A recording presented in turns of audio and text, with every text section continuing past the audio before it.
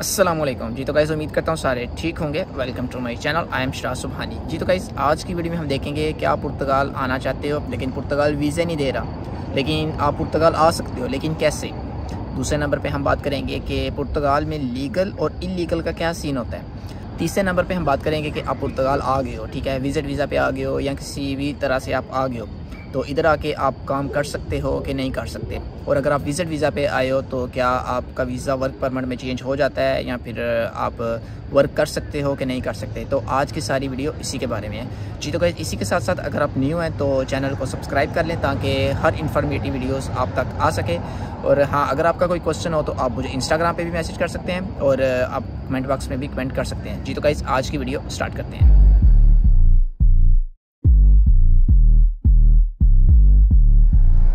जी तो गाइस अगर सबसे पहले हम बात कर लें कि बहुत ज़्यादा लोगों के माइंड में ये होता है कि पुर्तगाल वीज़ा नहीं दे रहा लेकिन वो पुर्तगाल में आना चाह रहे हैं, तो उनके लिए सबसे पहले तो मैं ये बात करना चाहूँगा कि अगर पुर्तगाल वीज़ा नहीं भी दे रहा, ठीक है, फ़र्स्ट ऑफ़ ऑल अगर आप विज़िट वीज़ा अप्लाई करेंगे तो उसके लगने के ज़्यादा चांसेस होते हैं as compare to work visa, क्योंकि पुर्तगाल में जो वर्क परमिट होता है वो थोड़ा सा मुश्किल होता है और उसमें स्कैम के चांसेस ज़्यादा होते हैं। लेकिन अगर आप विज़िट वीज़ा अप्लाई करेंगे तो वो आपका ईजिली लग जाता है और कह लें कि उसमें पैसे भी कम लगते हैं। लेकिन अगर ये दोनों ऑप्शन आपके पास नहीं है, आपका विज़िट वीज़ा भी नहीं लग रहा, आपके पास वर्क परमिट भी नहीं है, तो एक और भी ऑप्शन है कि आप किसी भी दूसरे कंट्री में आ जाएं, किसी भी शेंजन कंट्री में आ जाएं, तो उधर से आप पुर्तगाल में आ सकते हो, ठीक है। बहुत ज़्यादा लोगों के माइंड में ये होता है कि अगर हम किसी दूसरे कंट्री में आएंगे तो हम पुर्तगाल में लीगल होंगे, इलीगल होंगे, उधर क्या सीन होगा। तो उसके बारे में भी अगर मैं आपको बता दूं कि अगर आप किसी शेंजन कंट्री में आ जाते हैं, किसी तरह से भी आ गए हैं, ठीक है, आपकी एंट्री हो गई है, उधर से आप बाय बस भी आ सकते हो। इधर अगर तो आप विज़िट वीज़ा पे आए हो डेफिनेटली फिर तो आप लीगल होंगे, ठीक है। अगर आपका 7 डेज़ का वीज़ा है तो आपने एक दिन एंट्री की किसी दूसरे कंट्री में, उधर से आप मूव करके पुर्तगाल में, ठीक है, दूसरे या तीसरे दिन आप पुर्तगाल में आ जाते हो, ठीक है, तो आप बाय बस भी आ सकते हो, बाय प्लेन भी आ सकते हो, तो वो आपकी एंट्री लीगल होगी।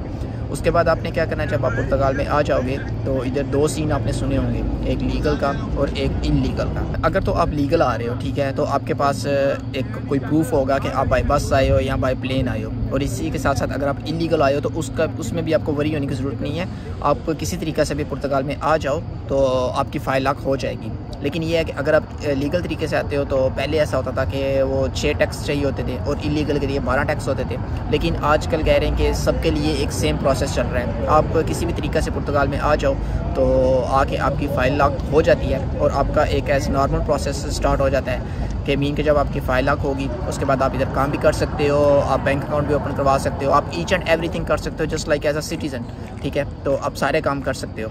तो तीसरे नंबर पे हम बात करते हैं कि आप पुर्तगाल में एज अ विज़िट आ गए हो लेकिन अब आपने काम करना है, तो क्या आपको काम की परमिशन होगी या आप किसी दूसरी कंट्री से आए हो और आपने अब काम करना है, तो आप कैसे काम कर सकते हो।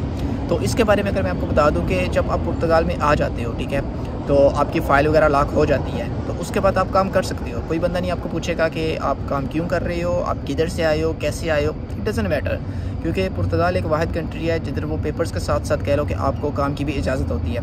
अदरवाइज़ स्पेन भी पेपर दे रहा है लेकिन स्पेन में जब तक आपके पास वो कार्ड नहीं होता आप काम नहीं कर सकते, आप इलीगल काम करते हो। लेकिन पुर्तगाल में आप लीगल काम करते हो, जो आपकी सैलरी होती है वो आपके अकाउंट में आती है। अगर आप पुर्तगाल में आ गए हो तो उसके बाद आप काम कर सकते हो, ठीक है। लेकिन ये है कि आपकी जब फ़ाइल लॉक हो जाती है तो उसके बाद वर्क परमिट में आपकी फ़ाइल नहीं कन्वर्ट होती, ठीक है। मींस के आप अगर विज़िट पे आए हो और आप कह रहे हो कि मैं पुर्तगाल में जाके वर्क परमिट बाय कर लूँगा, तो ऐसा पॉसिबल नहीं है। एक और पॉसिबिलिटी हो सकती है कि आप इधर आके स्टूडेंट वीज़ा अप्लाई कर दो, ठीक है, इधर आके आप स्टूडेंट वीज़ा अप्लाई करोगे तो आपको जल्दी TRC मिल जाएगी। और या फिर आप कोई प्रोफेशनल जॉब कर लो जिसमें आपकी सैलरी डबल हो, ठीक है, मींस के नॉर्मल इधर की सैलरी 705 है, तो इससे डबल सैलरी होगी आपकी, मिनिमम 1500 तक आपकी सैलरी होगी, तो आपको TRC मिलने का ज़्यादा चांसेस है।